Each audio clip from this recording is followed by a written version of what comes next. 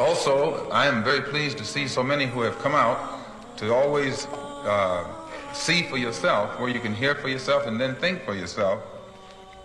Then you'll be in a better position to make an intelligent judgment for yourself. But if you form the habit of listening to what others say about something or someone, or reading what someone else has written about someone, somebody can confuse you and misuse you.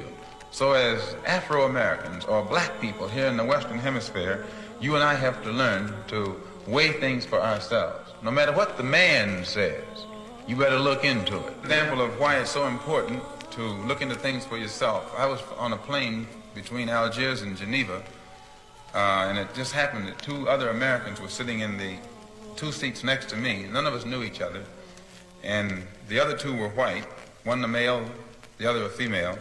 And after we had been flying along for about 40 minutes, the lady, she says, "Could I ask you a personal question?" I said, "Yes." She said, well, she had been looking at my briefcase, and she said, "Well, what does that X?" She says, "What kind of last name could you have that begins with X?" So I said, "That's it, X." And she said, "Well, what does the M stand for?" I said, "Malcolm." So she was quiet for about 10 minutes. And she turned to me and she says, "You're not malcolmx." You see, we had been riding along in a nice conversation like three human beings, you know, no hostility, no animosity, just human.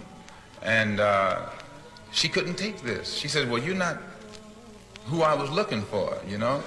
And she ended up telling me that she was looking for horns and all that, and for someone who was out to kill all white people.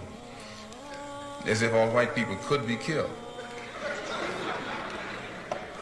This was her general attitude, and this attitude had been given her, this image had been given her by the press.